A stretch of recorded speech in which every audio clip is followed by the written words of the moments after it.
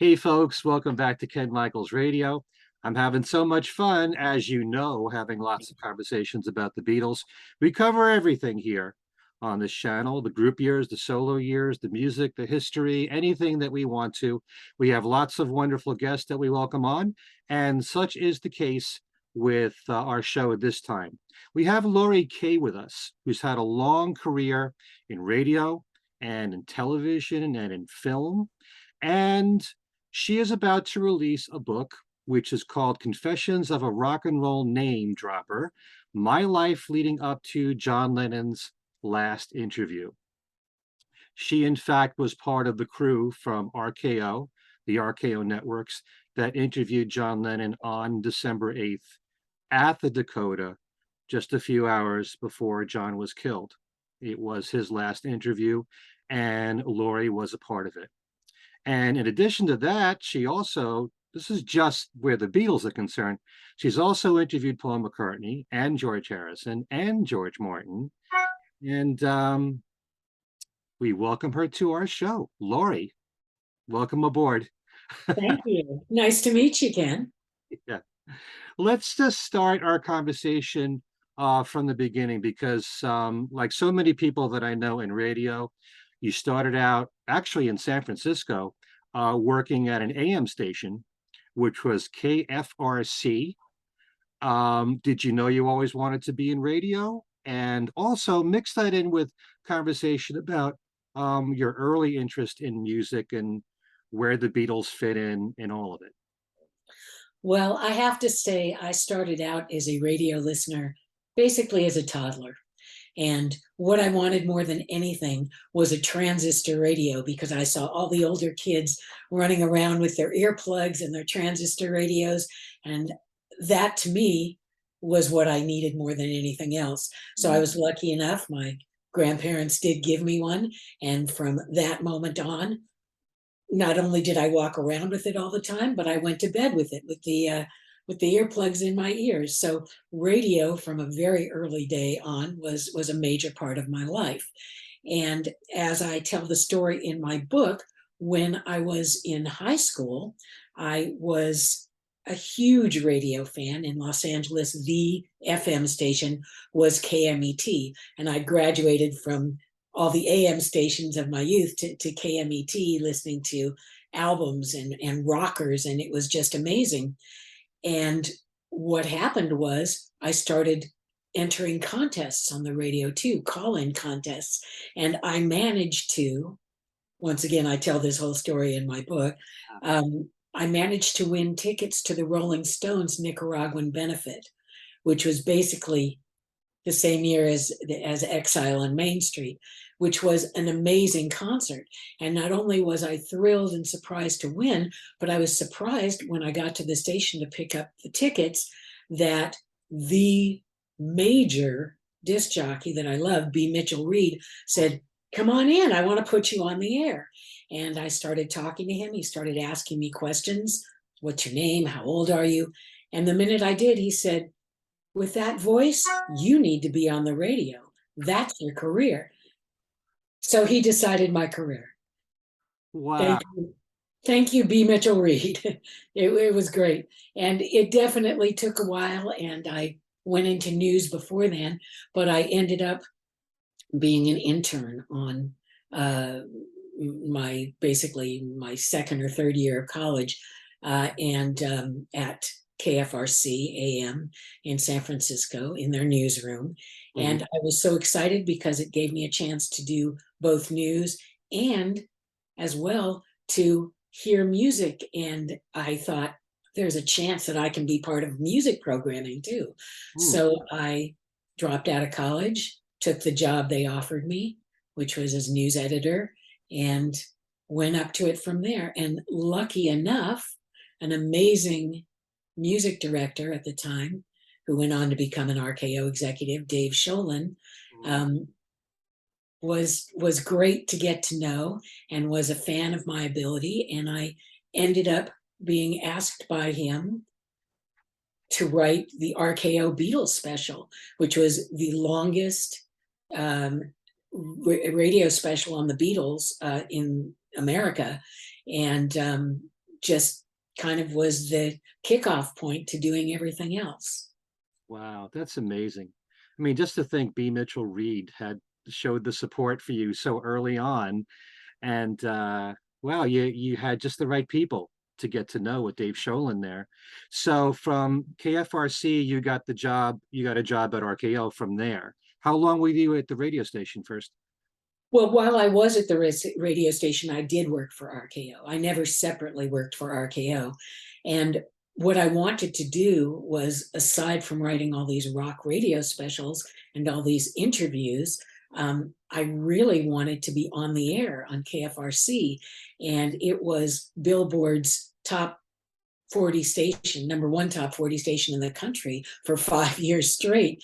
And so it would have been impossible for me as a newcomer to go right on the air there. So the program director at the time, another great guy, Les Garland, who went on to MTV eventually, and also KHJ in LA, he basically said, you're going to have to go on the air at other stations in the country first. And I said, but I don't want to leave California. I'm a SoCal gal. It's hard enough for me to be in Northern California. And he said, don't worry, I'll bring you back. Just go away for 6 months. I'll get you, a great job. We'll work it out. And so I did. And I actually was only in Omaha, Nebraska on WOW-AM, which is amazing, 50,000 watt station, and was Johnny Carson's first radio, the radio station he was on before he went on to TV. And I was there for about 5 weeks before I got another job offer, Seattle, King AM. So I went to King and I really liked it. I wasn't in such a hurry to get back. So I was there for almost 2 years, and then was brought back to KFRC, as the chapter in my book calls it, London Calling. Dave Sholin said, yeah, come on back, Laurie, we'll go to London. We're going to interview Paul McCartney. And I said, I'll be there in 5 minutes. And, it took me a couple days, but I left Seattle and came back as soon as I could. And the rest is history. This is like a dream come true career, from the very beginning. That's really something. So you've been on the air as a DJ, you write, you produce. After all these years, what do you like the most? Well, actually, I've never been a DJ. I was a newscaster, and I did rock news features as well. Okay. So, and a lot of feminist stuff too, because my news director was a female, the incredible Jo Interante, and who went on to be the head of the RKO network in New York. And what did I like the best? Was that your question? I definitely have to say it was everything to do with rock and roll.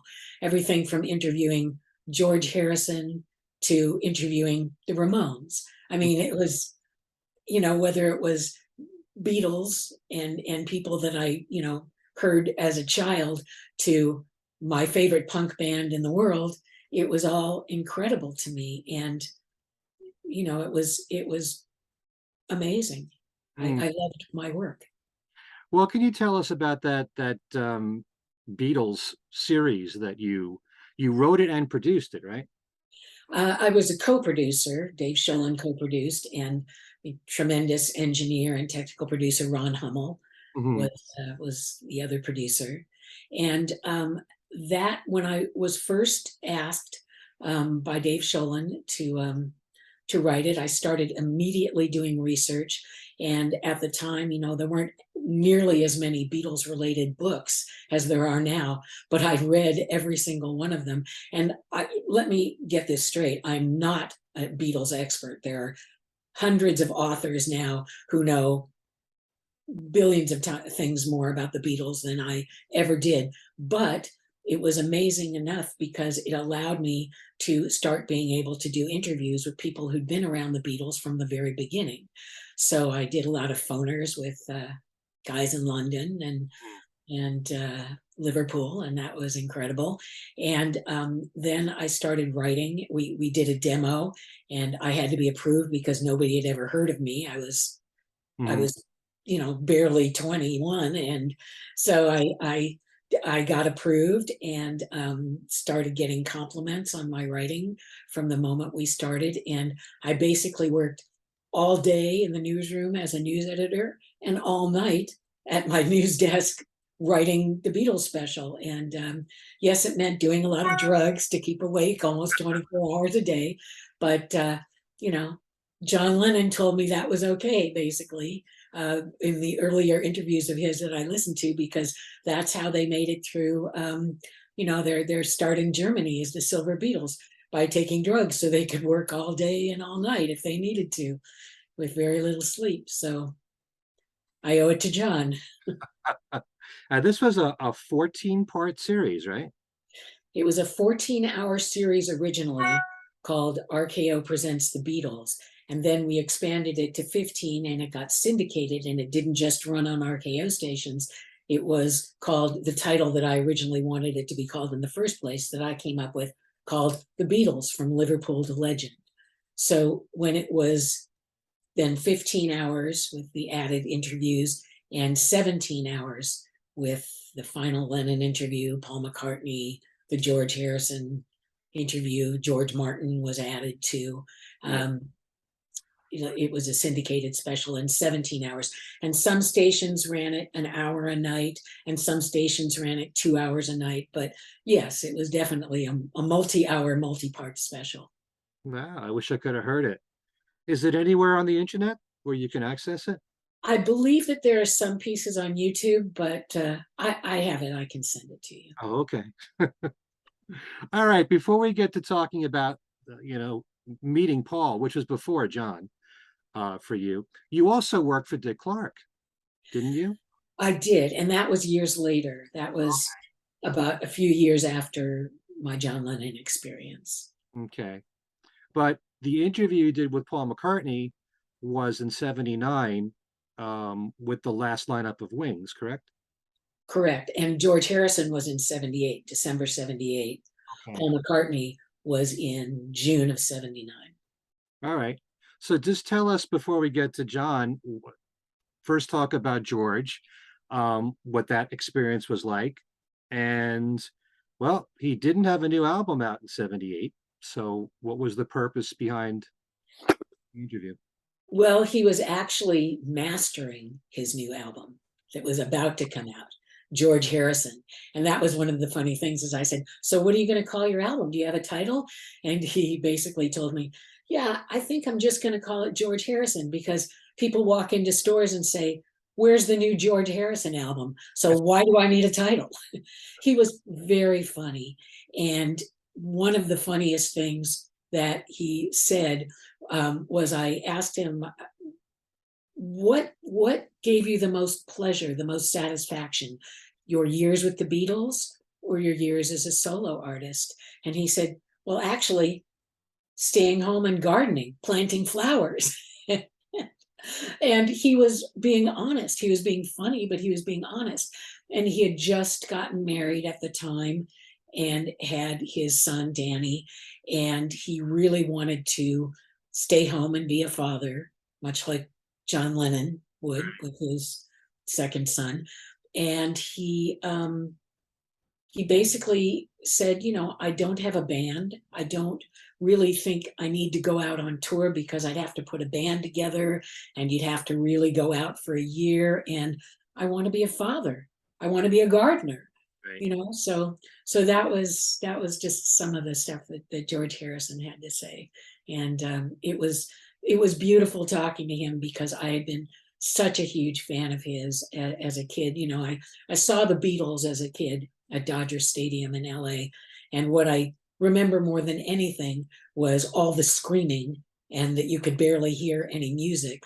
But I could see them, and I was thrilled. I was young, but I was still thrilled. And seeing myself talking to George Harrison after all those years was just amazing. Yeah. The George Harrison interview was in person, right? Or was it on the phone? No, it was actually a phoner. But at the end, when I said, so did you have a chance to listen to our Beatles special? And he said, no, I haven't. And he offered to come do an interview. And so I said, yeah, sure. He was ready to come to San Francisco, and that was pretty exciting. Ah, anything you can remember what he said about the album? You know, you're dealing with a time where George was taking more time between albums. So I think he was enjoying that and having the freedom not to have to crank out an album every single year. And I mean, you could tell just from certainly at that time, at least in my opinion, 33 and a Third, the George Harrison album, that he was very much a perfectionist about everything. He took his time with each song. They were all well crafted, well produced. Did he say anything about any specific songs that you can recall? Well, what I remember was that he talked about one song that he was thrilled to put on the album that he had actually written for the White Album with the Beatles, but didn't make it on there. And so he was so excited because he said, I found the demo that I had done before and I listened to it and I thought, wow, this can be a great song for this album. So he was very excited that it had never been on the White Album and that he had the chance to do it. And he felt that this album was full of songs that were really not anything like the previous albums that he'd done. And that excited him. He said he thought it was a lot more hospitable in a way, you know, that it gave him a lot more to put forward. And I do quote him quite a bunch in the book, but unfortunately I don't have that in front of me. So Yeah. Okay. Well, I love that particular album. You must have interviewed him late 78 because the album came out, I think, the spring of 79. right, it was December 78. Okay. Yeah. All right. And what do you remember about interviewing Paul? What don't I remember about interviewing Paul is the question. I mean, first of all, you know, Paul to me was the cute Beatle when I was a kid, and when I would see him on Ed Sullivan's show or wherever or in person. And so just meeting up with him alone was so incredibly exciting. Meeting up with him and his incredible wife, Linda, who I just liked from right off the bat. Mhm. And the rest of the guys from the latest version of Wings were also wonderful. And everything about that interview was amazing, whether it was him being as humorous as anybody could be. He was so funny, Mhm.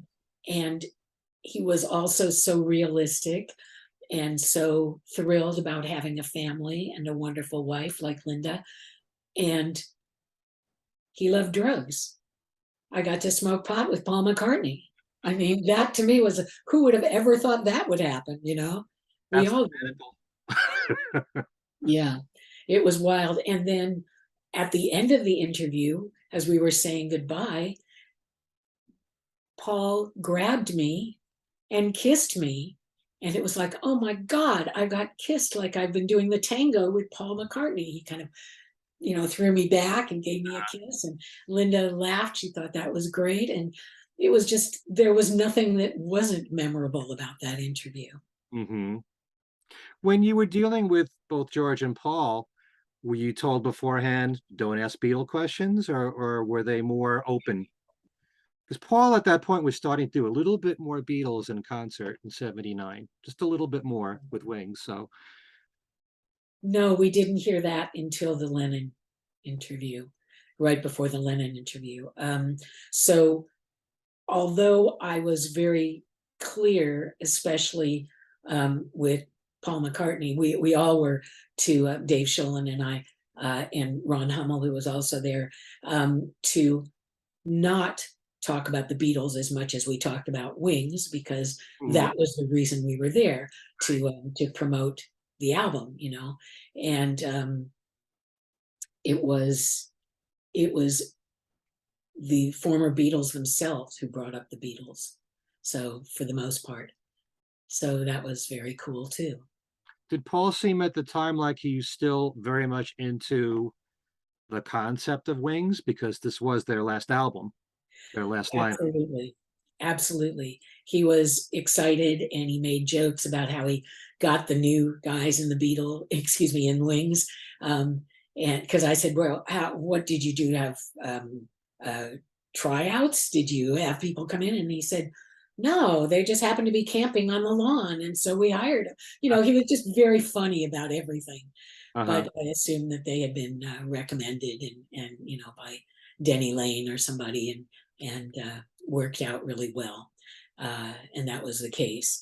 And it was funny because Paul had been the producer of all the Wings albums, or co-producer up to that point. Mm. And then he co-produced this one and said that he really liked working with the guy that he worked with, and that was great. And so I asked him this goofy question. I said, well, Paul, I have to know, how do you avoid the pitfalls of overproduction? And he just started laughing. And throughout the whole interview, he kept repeating that like it was the strangest question he'd ever had and the funniest, and gave me an answer and said, well, you can't really. Some songs you overproduce, some songs you underproduce, and some songs you get right. And that was pretty much it. Yeah, he has a difficult time analyzing his own work. He likes to let other people do it for him, So, yeah, any memories you want to share about Linda?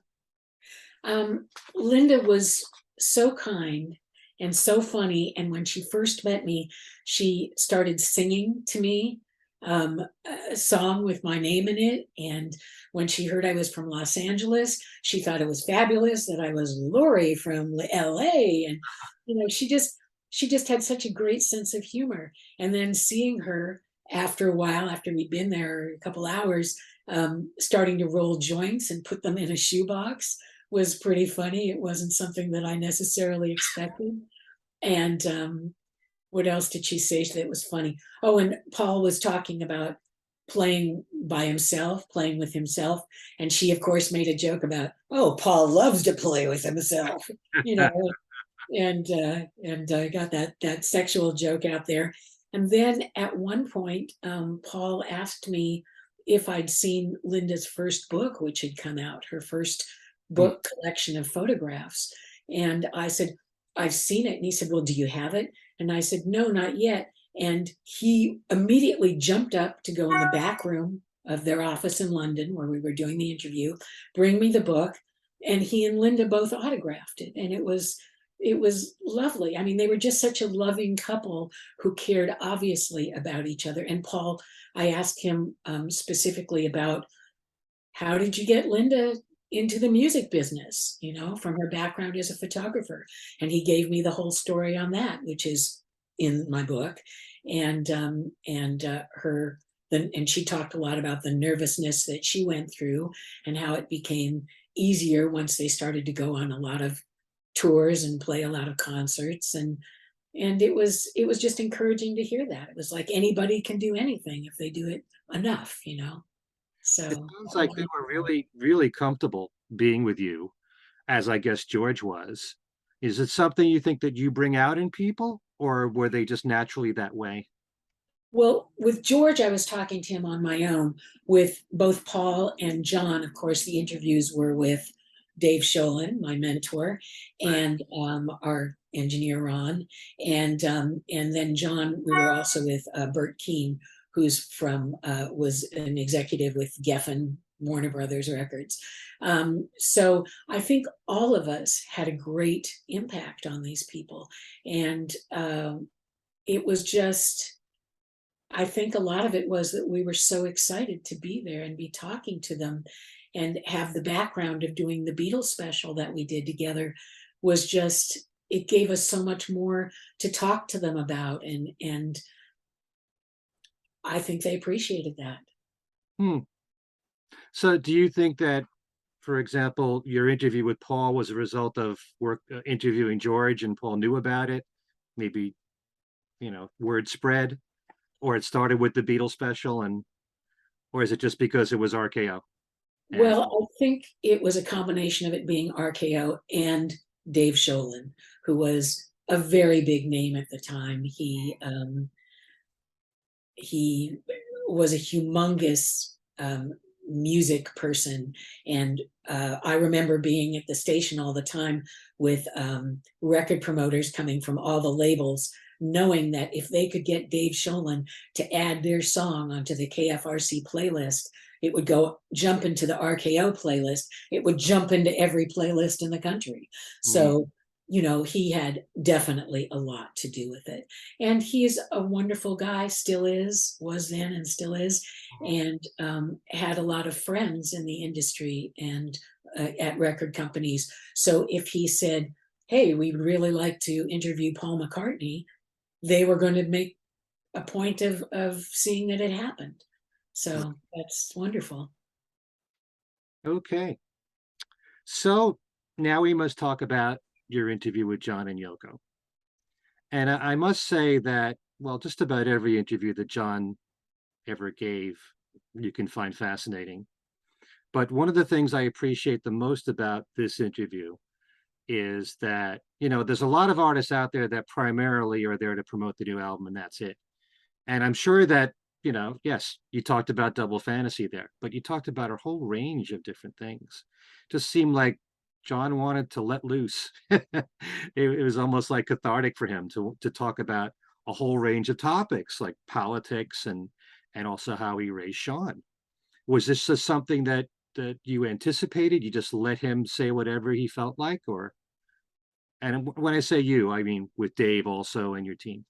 Well, I have to say, first of all, that I never even anticipated having the ability to interview John and Yoko.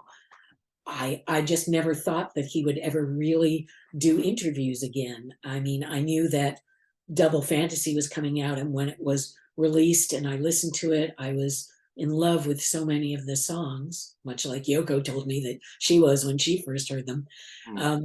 But it never even occurred to me that he would be doing an interview with us. And so when Dave said, Laurie, what do you think? You want to go to New York and interview John and Yoko? And I said, hell yeah, of course I do. I mean, that would be amazing.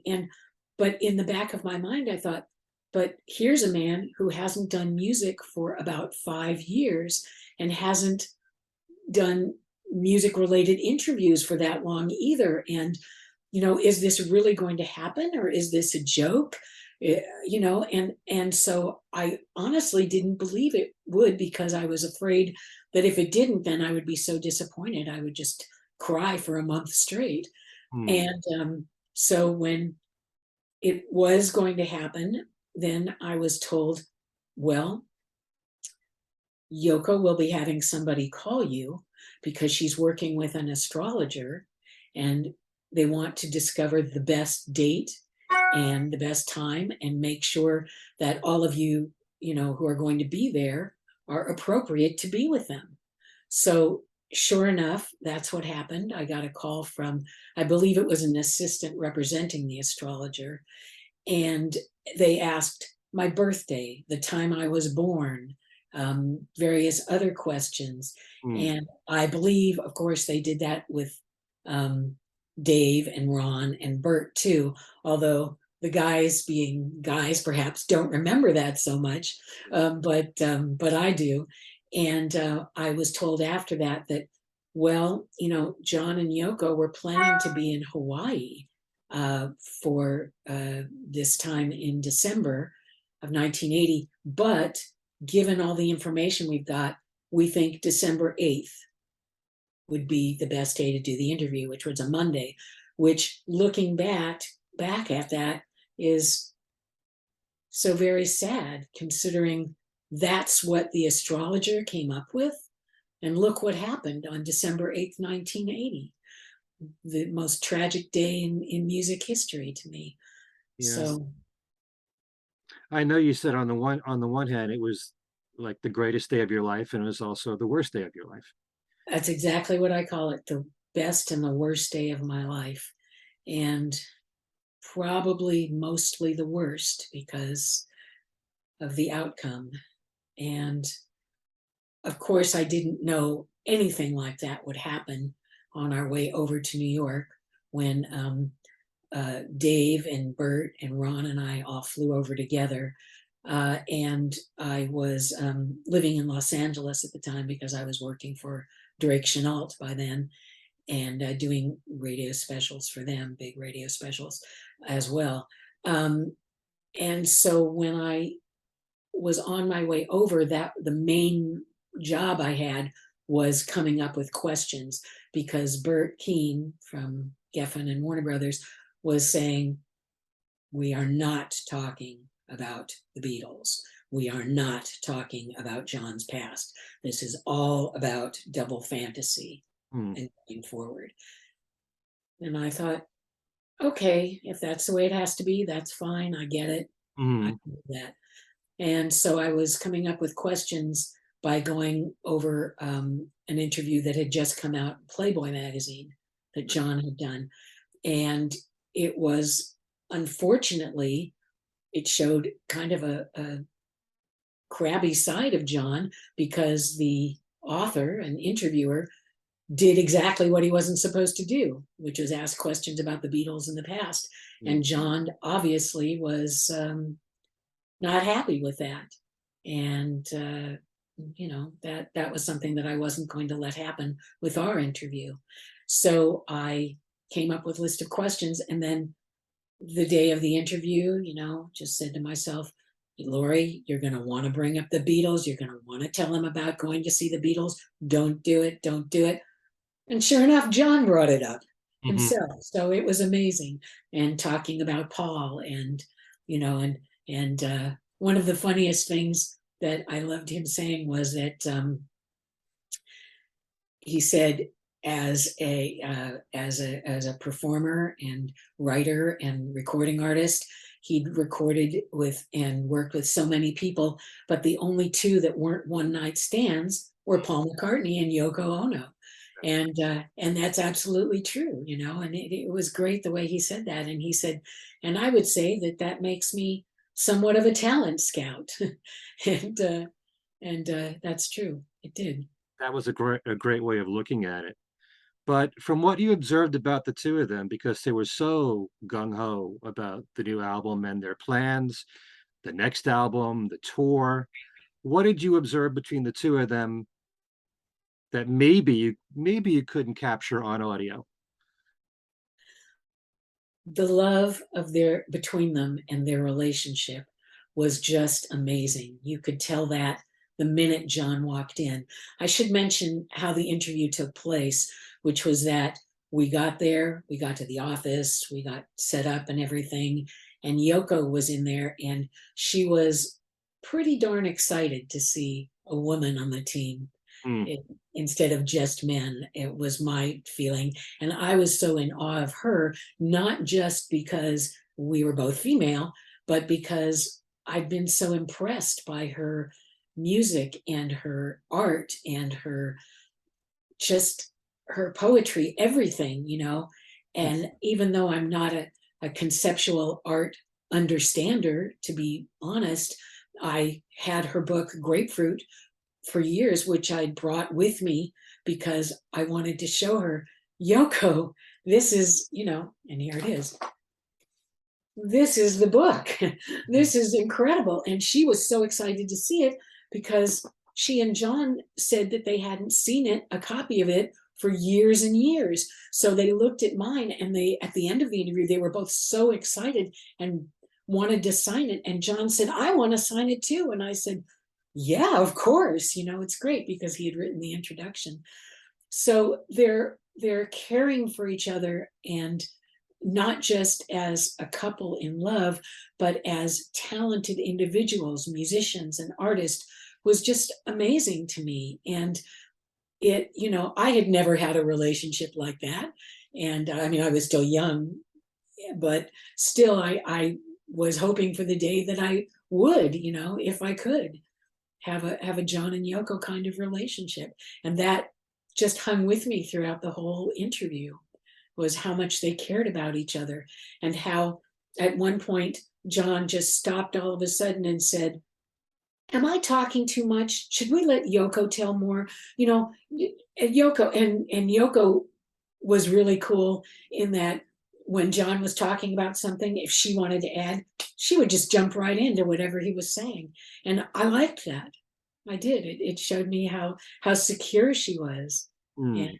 and the two of them together. And another great thing was they started talking about when they first met. And even though I, of course, knew the story, how they met at Yoko's art show opening in London back in the day, I wanted to hear them tell the whole story. And so even though I wasn't supposed to ask about the past, I did, because they had already been talking about it to a little certain extent. And they immediately jumped in and told me the whole story leading up to the first time that they had an actual date, which was 18 months later. Although Yoko jumped in and said, "No, John, it was 2 years later." And then the first time they made love and talked about that. And so it was wonderful. And that's all in my book too, all the specifics. I also like the fact that I, I, I'm I think it was you that asked the question, how soon was Yoko an influence on his music? And John said immediately. Yes, that was. So you've heard the interview or you read it? Oh, sure. I think that yeah, you can listen to it. It's I'm pretty sure it's on YouTube. It And is, but you know what? There's a lot of things missing from that. There's the first half hour of that interview, which was basically me and a little bit of Dave Sholin as well with Yoko before John came down and joined us. Hmm. That's not in any of those interviews. So I'll have to send you that as well. Okay. Boy, I'm getting a lot of gifts here from this interview. But didn't John apologize because he came in late? Well, what we were told as we first got to the office by the assistants was that John and Yoko were both upstairs taking pictures with Annie Leibovitz for Rolling Stone. And my reaction was I was horrified because I'd had a very bad experience myself with Annie Leibovitz. Oh. Another story that's in the book. And so I thought, oh, please don't have her come down here because God knows what I'll say or how I'll react. And she didn't, thank God. Yoko actually was coming down beforehand. And that's why we had a half an hour with her right at the top, even before Ron got the microphones on and tape set up. Yoko and I were talking about Grapefruit, her book, and about the present that I had brought for Sean, which was a little wind-up toy, a dragon, a fire-breathing dragon. And Yoko was just laughing hysterically and said, "Oh, John's going to love this. And I love it. And we may not even give it to Sean. We'll just play with it." And she wound it up and it walked along the coffee table. And it was very funny. And then we started the interview, and about a half an hour or a little bit plus after that, John came down. He'd been with Annie Leibovitz just taking some solo photos as well. And when he came down and he opened the door very slightly, and the first thing I saw was his little round glasses and his nose. And I looked, and my typical smart ass fashion, under my breath, I said, "Can't you see we're doing an interview here?" And he laughed and the guys laughed. And, you can't hear that in the interview. I didn't want anybody to hear it, but John. But it started off great because it made me think, wow, we're going to have fun here. This is going to be a very fun interview. And John introduced himself as though that were necessary. And we all did as well. And then he came and sat down. I was sitting on the love seat in the office, and he came down and sat right next to me. And I thought, oh my God, am I dreaming? Is this really happening? Is John Lennon sitting next to me on a love seat? And he was. But for the entire afternoon, for the interview, that was all I could think about was, I'm sitting here next to John Lennon. And it was amazing. How long was the entire interview? Well, we were there for hours because of waiting beforehand and with Yoko. And it went up until late afternoon, early evening. which was, like 5-ish. And by that time, even though we would have kept talking, no doubt, because we'd all become friends by that point, I'm convinced. Mm, Yoko had been getting calls from the assistant saying, your recording session is coming up, and you need to be on time. And they had a session coming up with Jack Douglas sure. to work on more for the second album, and Mm, start doing things for the third album. And so we had to kind of wrap it up at that point and start taking our pictures and getting our signatures and all of that. And also, the amazing thing about that time was we all made plans to meet up again in San Francisco in a couple of weeks, because John and Yoko had put off their traveling to do our interview.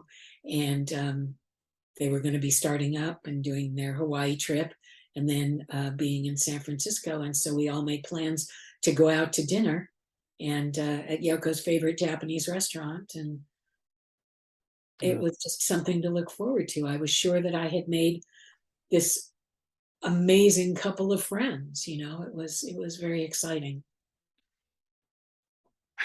It's so heartbreaking to know what might have happened, and and to know that this tremendous talent that was taken away from us, and all the music he could have given us, and all the plans that they made, and who knows what musical direction John would have been in. I mean, just thinking about that can drive you crazy. And for all that's said about, I mean, it was the worst for the family, for people like Yoko and Sean and Julian and his friends and the fans.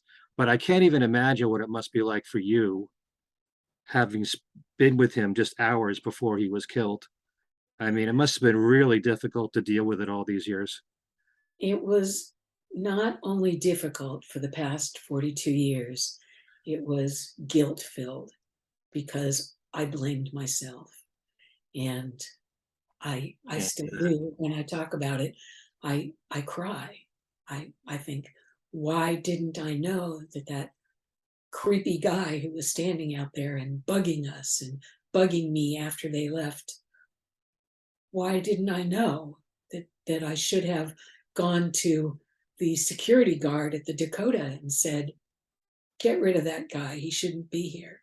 Yeah. Why didn't I know that he had a gun in his pocket? Why didn't I know? And I know I shouldn't blame myself. I know I shouldn't have carried this guilt for 40 plus years, but I did anyway. And it's a major reason why I eventually left the music business that I was part of, and started to go in other directions, because it hurt too much. And that all of the interviews after that I did, it was hard for me to take them seriously, Mm. like I had with that interview. And I've had a hard time ever since. I've tried to get over it. I still do. I say that I'm over it, but as you can probably tell by the emotion in my voice right now, I haven't really been able to. It's easy for me to say you can't blame yourself, because no one could have known, you know. There's a lot of crazy people in this world that don't do this kind of damage. But it's easy for me to say that because I'm not in your shoes. So But not only it's that, pathetic. what if I hadn't been born on the day I was born and the time I was born, and the astrologer had given Yoko a different day to do the interview? Would he still be here? Would he still be with us and be 82 years old? That's something that I think about all the time too. And Right. that's why, to be honest, for a number of years after the John and Yoko interview, I didn't tell people that I had been part of it. I didn't do any publicity, because I knew that I would just start crying. So it's, like I said, the best and the worst day of my life. Yeah. And it's obvious from your talking right now that that pain never leaves you. And it's like, for all of us, we can remember that day like it was yesterday, Yeah. I because think that's I how, like that's the impact that it had on our lives. And I I know exactly what I did that night and how I would and how I heard the news. And for a lot of people, it depends on your own life experiences. You, my parents remembered when Glenn Miller died. It was a very big thing for them. Some people remember when Elvis Presley died, but this was different because it was a murder. So no one could have ever expected this to happen, really. So, but anyway, in talking about this interview, there was some really great moments to treasure on here. And like you said, you can hear the love between John and Yoko and how Oh, supportive the two of them are for each other. And at one point, John was saying that that Double Fantasy was a musical dialogue between the two of them. And they're even saying words to the effect that this is like their life starts now, like nothing happened before it. I mean, such powerful statements like that. Um, you know, that's one of the things about this interview is a lot of great quotes in there that people remember very well. And a lot of them were sad and ironic, but it really captured the moment of what they were feeling at that time. well, and the amazing thing, you mentioned dialogue. When I first started talking to Yoko before John came downstairs to join us, that was what she said, that Double Fantasy was their version of the dialogue that needed to happen between men and women, because the 70s was terrible in that regard. And they were hoping that the 80s men would reach out their hands and women would be able to, join them and have that dialogue together, and that it would improve all kinds of relationships. And obviously it was based on their dialogue and their getting back together after the lost weekend, which did get brought up later. But it was just amazing to me that they would want to convince other people that was possible, and it was something worth doing for men and women to have wonderful relationships. And I loved that. Yeah, and John also expressed how important it was for him to spend a lot of time with Sean Absolutely. because he felt really guilty about not spending enough time with Julian. And the great thing about John is that he was and Yoko, they were brutally honest about their feelings about everything. A lot of people find it hard to understand John because he changed his opinions a lot in his life. But he still what he was saying in the moment is exactly what he felt. And I love the fact that he says that even like in front of Sean, him as he doesn't want to present him to Sean as though he's God or that he's a perfect parent or John and Yoko are perfect. They have their, faults like anybody else. They're human. And, you know, this is all from his own learning, and he's sharing that with us from being a parent for the last 5 years and what he's learned from, the good and the bad of what went on with his relationship with Yoko. And he was so thrilled to be able to be, as he called it, the house husband, Mm-hmm. and be there with Sean. And even though, yes, Sean had a nanny, and yes, Sean had friends, and even for a little bit, Sean was in kindergarten till they took him out because he didn't enjoy it. John was just so excited about being able to sit in the bedroom with him, or, not having to be apart from him and be on tour and all of that. And that's something he talked about too, was that once they started recording again, Sean really had a bad reaction, Mm-hmm. and he said to John at one point that what he wanted more than anything else to do when he grew up was to be a daddy. And John knew that he meant a real daddy, and said something like, so you're not happy about me working and doing music again? And Sean said, right. And for a 5-year-old to come out and be as honest with that, he obviously was just like John. Yeah. And the amazing thing was John said that he was very much like Sean. Sean was very much like him because they were practically twins, of course. They'd been born on the same birthday, October 9th. And that was very exciting.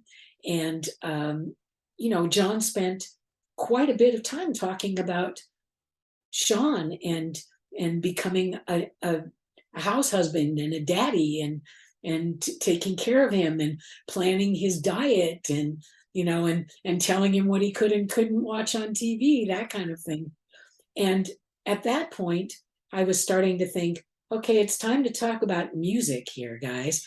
And sure enough, just as I was thinking about that, it was like John read my mind and said, are we here to talk about child rearing or record making? And I said, yeah. And I asked him, what gave you the urge to make music again? And I'll read you the quote. He said that because I said, what happened? What was it? And he said, oh, it came over me all of a sudden, love. I don't know what came over me. And just the fact that he called me love at the very beginning of our interview practically was so complimentary to me. I was so thrilled. Yeah. And I said, yeah, I know. It was like you were possessed. And he said, I was possessed by the rock and roll devil. And, we all started laughing again. And then he continued by saying, it was like, if you'll pardon the expression, I had diarrhea of creativity. And that to me was one of the funniest things he said, all day in that interview. And he said so many funny things too, that I got it. He was just moved. It was time to make music again. And right. He and Yoko got the urge together and had the dialogue of singing back and forth to each other while he was in Bermuda with Sean, and she was working in their business in New York. And they would keep calling each other on the phone and playing tapes or singing lines. And that would prompt Yoko to sing back in a couple hours, which would prompt John, when he was swimming, to start writing Starting Over and then jump out and call Yoko and sing it to her. And it was just wonderful to hear of that. It was, the most beautiful part of their relationship in a way. Yeah, John liked to comment, and he did in this interview, that the songs that he likes the most are the ones that are inspirational, like the ones that just come to you, where you don't really have to work for it that hard, instead of being a craftsman and being assigned a certain song. These are songs that just come to you naturally. Although, and we have to thank Yoko for this because of the incredible radio series, The Lost Lennon Tapes. We know that John did, in fact, write songs and play them on guitar the last few years of his life. He wasn't just in the bed. He did say in your interview that he didn't take the guitar off the wall for the last 5 years. That's not true. We have the evidence of it. Maybe he meant for the most part, he didn't spend that much time on the guitar, but he was writing songs. And so many of the songs for Double Fantasy and Milk and Honey were new at the time, but there were some songs that he was developing in drips and drabs, in the last few years before that. But just to hear the excitement in his voice and to hear how supportive he was of Yoko's music, that really comes through in the interview. I just want to say one thing, forgive me for babbling on here, but when you were talking about Sean, one thing that really struck me, which to me I think illustrates how close John and Sean were, was that there was a moment when he said it was like a telepathic thing where they can be in two different rooms and Sean will know if John's depressed without seeing him. I thought that was really fascinating when he said that. Because they were like twins. Exactly. And, it was amazing to hear about their relationship. I did really like to hear it, but I did also want to get on to music because, that was why I was there, number one, to be very honest, because I loved Double Fantasy. I loved that they had created this together and that they had gotten back together after, what was that horrible 18 months in Los Angeles. That some people would say it wasn't horrible and he had a good time and all that. But John himself in our interview said it was the worst time in his life and that he realized how much he needed Yoko, even though he never thought that would have been the case in the first place, and that he wasn't the one who left. She was the one who threw him out, saying, "Get out and go to LA and whatever." And he did. And he had, as he said, and she said, 18 months of headaches and, getting drunk. And so even though he did do music then, and a lot of it was good and that I liked, like the song Number 9 Dream, which I think is beautiful, he was not as excited about it as he was about doing Double Fantasy with Yoko. That was obvious to us. Okay. I love just about everything John did in his solo career. So, I know he talked about Walls and Bridges and the fact that he was depressed at the time. That could also make for a great album. Plastic Ono Band is not a happy album, and yet people admire it because the songs are so brilliant. It was very cathartic, very influenced by Yoko too. I mean, he even said that probably Plastic Ono Band wouldn't have happened if it wasn't his Plastic Ono Band, as well as hers, wouldn't have happened without Yoko. Absolutely. And that was his point. And it was very similar to what Paul had to say about performing and recording and writing songs with Linda, because he said, if you can't be on the road or be in the recording studio with your best friend who happens to be your wife, what's the point? And I thought that was beautiful that the two couples both felt that way. Yeah. So remind me, what are we missing that wasn't aired from this interview? Well, a lot of it wasn't aired because what aired, originally when we did the interview, it was going to be a Valentine's Day special airing February 14th, 1981. And obviously with the tragic event that happened on December 8th, the interview needed to be exposed before then. So what that meant was we had to immediately get to work, and I had to go right back to San Francisco and start writing the special that was going to air that Sunday, just a few days later, 5-6 days later. And I named it John Lennon, the Man, the Memory, and dedicated it to Yoko Ono, of course. And it was the hardest thing I've ever written in my life, because I had to listen to that interview, the entire interview, all over again and relive it after John had been killed. And it was horrifying for me. And it was a special that instead of having one of the disc jockeys who otherwise might have voiced it, we had Dave Sholin read my script, and he, of course, was very emotional too. We all were, the three of us, John and Ron and Dave and I. And it was a wonderful special, but it ended, without being able to play the entire interview. And the entire interview itself has never aired anywhere. And it's, as you said, there are parts of it on YouTube, but there's a lot of it missing also. So, probably a lot of the political stuff that John talked about is not on it. And maybe a lot of his personal thoughts about other musicians and bands that he finally ended up listening to, because he said for the 5 years that he was the house husband, he didn't, even though his assistants would say, listen to this, it's new music, he didn't want to. Or at least that's what he told us, he didn't.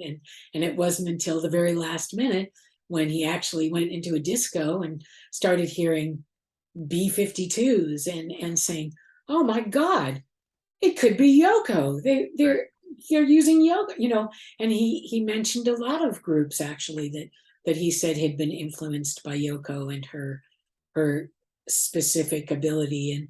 And another thing that John did that wasn't in I believe the special, is that he sang a lot when we were during our interview. He sang everything from how he and Yoko Ono created their first album together, and part of their first date, Two Virgins, and he sang imitating her and imitating his, and that was really fun. And then towards the end, when he was talking about going on tour, he only wanted to go on tour with Yoko and his session musicians because he said, I don't want to have to be on stage and start singing. And then he starts singing Yesterday, which was amazing to hear John singing that in the first place, but to hear him be honest about it, that wasn't his desire at that point. So, there was a lot of stuff that's in that interview, the full length interview, that has not been heard. Do you think it will ever come out? I don't know, because there is no more RKO Radio Network anymore, so they don't own it. Another company does. And I honestly don't know what they plan to do, or if they plan to do anything, or if they just plan to hang on to the copyright and, charge somebody who tries to air it without their permission or without paying them. Okay. Because it has such, such historical value, being the last interview. Yeah. Absolutely. Well, we did do a special. Ron Hummel, working for another company, did a special on the 30-year anniversary, where he used a lot of the interview. I think it was mainly what was in the John Lennon, the Man, the Memory, our original special, but he might have added some other things too. Okay. Have you kept in touch with Yoko all these years? I wish that I had. I tried, but unfortunately, I can only imagine that that's something that Yoko would never want to do, because I would remind her of the worst day of her life. Right. So why would she want to see me? And when I first found out that John had been shot, and I heard on the radio that he had he'd been taken to the hospital, I immediately grabbed a cab and went over to the hospital, and I saw Yoko crying hysterically in the lobby, holding on to who I found out later was David Geffen. And I knew immediately when I saw her that it wasn't just that he had been shot, it was that he had been killed. And so I knew from that point on that I was somebody that Yoko would never want to be associated with again. And apparently I was correct, because the times that I have tried to get in touch with her, I haven't been able to. And I can't say that I blame her at all. Okay, that's understandable. Can we move on just a little bit? Just want to touch on a couple more things. Working for Dick Clark. Since you said that was later, what was that experience like? Dick Clark's amazing. He's one of the most wonderful human beings I'd ever met, let alone worked with. And the funny thing is, when I was first hired, I was hired by the producer of his radio show, his weekly radio show, to write it. And they knew that I had done the last Lennon interview, just, not even a couple of years before at that point. And so when then I finally got to meet Dick, on my first day, he looked at me and he said, "You look very familiar." And I said, "Well, that's because we met when I was just graduated from high school." And he said, "Really?" And he said, "Wait a minute." And he knew that I had been part of a couple that was in a dance contest that he had for one of his rock and roll specials and on ABC. And I and the guy I was with had won the contest. And so we had a picture taken with Dick Clark and Chuck Berry, who was there. So Dick ran right over to his file cabinet, opened the drawer, took out a file, and took out the picture. And there it was. And I had never even seen it before, because it was a picture that was taken for the promotion of his special. So that was, immediately, I just loved Dick Clark. Yeah. And that was just the very beginning, because right after that, he decided that he really liked my writing, and he asked me to ghostwrite his weekly syndicated newspaper column, which I did, which was wonderful because it gave me the opportunity, even more than just writing the radio show did, of doing celebrity interviews and going to concerts, on behalf of him, because I would write about it as though Dick Clark were there. And that was, it was incredible. Amazing work. It's to work with legends like these. It's just incredible. I do want to bring up George Martin. Don't want to forget about him. What was it like for you to meet him, and when was that exactly? The George Martin interview was, I want to say it was right after All You Need Is Ears came out. And that was, I believe, at the beginning of 1978. Let me think. Yeah, I think it was in February 1980. Oh, 80? Okay. Yeah, I believe so. Or at least that was the interview, which, because the book came out and then he went on tour to do interviews for the book. Okay. So I was still at KFRC at the time. So everybody was so excited. Ron and Dave were that George Martin was coming to the studio, but I did the interview, and it was me getting to meet the man behind the Beatles, basically. Right. It was thrilling. And he told great stories about all of them. And the most amazing story that I remember was when he talked about the sad part, the end of the Beatles, and having to realize that it was all going to be over from that point on, when they were breaking up. And what he said was, I guessed the unhappiest time was during the Let It Be period, when everybody was at each other's throats. I was quite surprised when Paul rang me up one day and said, look, we want to get back into the studio and we want you to produce us as you used to. And will you come and do another album with us? And George was so thrilled when he said that to me. He was just, smiling. And he said, and that was how we did Abbey Road. And that was our swan song.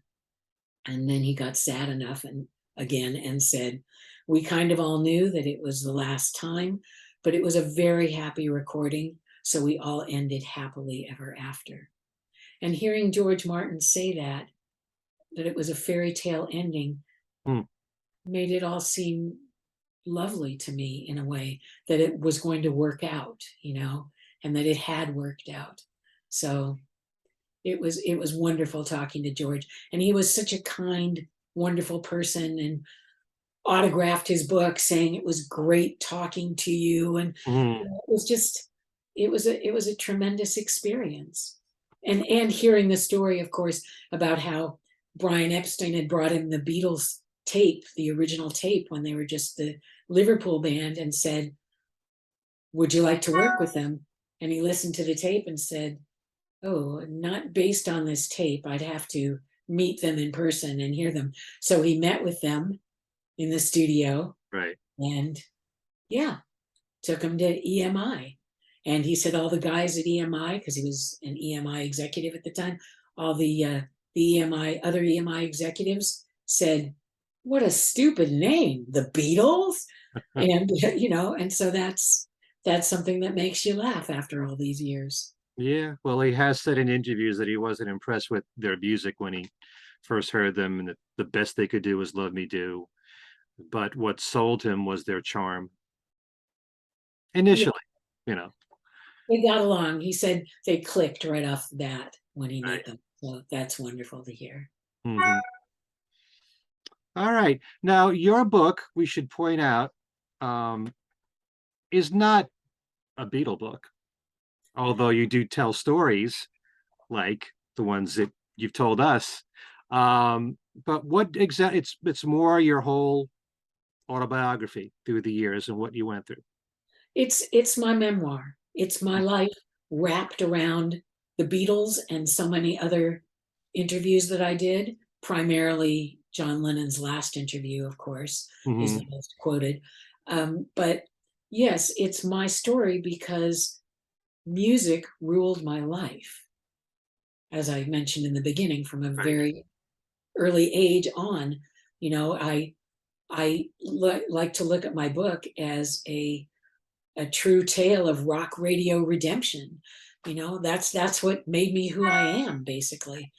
So yeah, it takes me through my upbringing with a dysfunctional family, dysfunctional and abusive family, to being a teenage runaway, to going off to college, to, you know, boyfriend, sex, drugs, and rock and roll, everything. It's all there, all my jobs and all my wonderful interviews that I was so lucky to be able to do.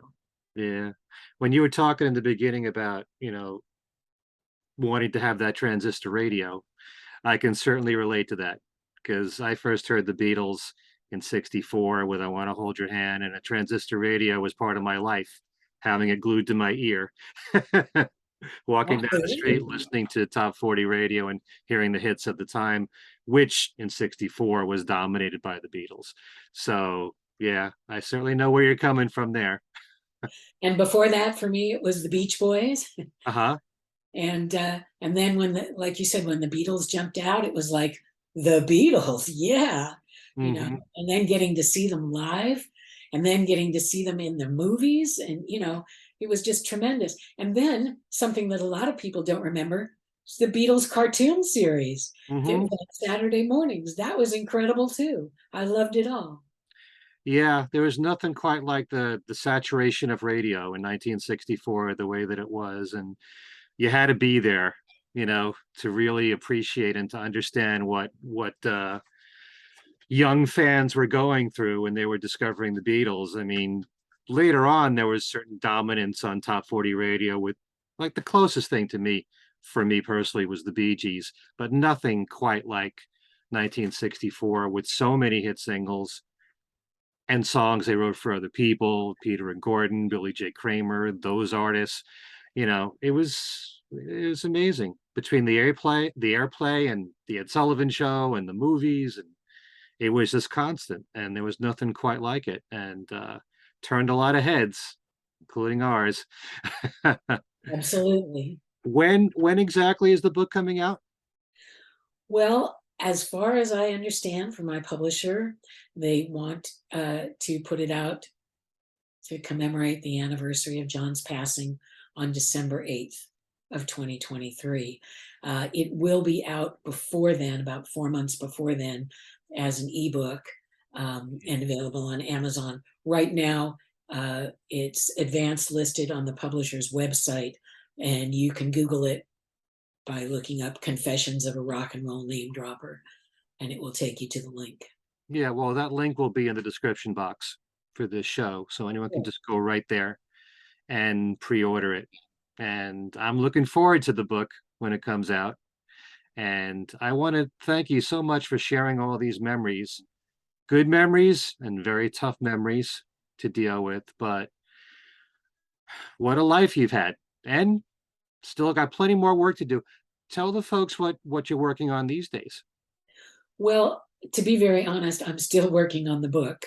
We're Okay. getting, doing the marketing, promotion ideas, final edits. You know, every day it seems like I wake up and I think, wait a minute, what about that? Why didn't I put that in? You know, Hmm. that quote from Talking Heads, or that quote from Little Richard, or and it just seems like I always want to do something additional. So that's taking up a lot. And also the pandemic has been really hard on TV productions, but I did do a lot last year, actually, in terms of network docuseries pilots and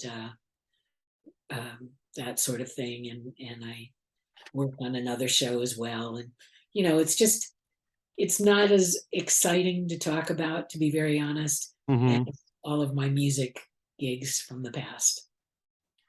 Yeah, well, music is such a big part of our lives, and so many of these people, not just the Beatles, but the other people that you've interviewed have touched our lives. So it's something that we carry with us every day. So we can all relate to that. So I'm very grateful that you had a chance to interview all the fine people that you have.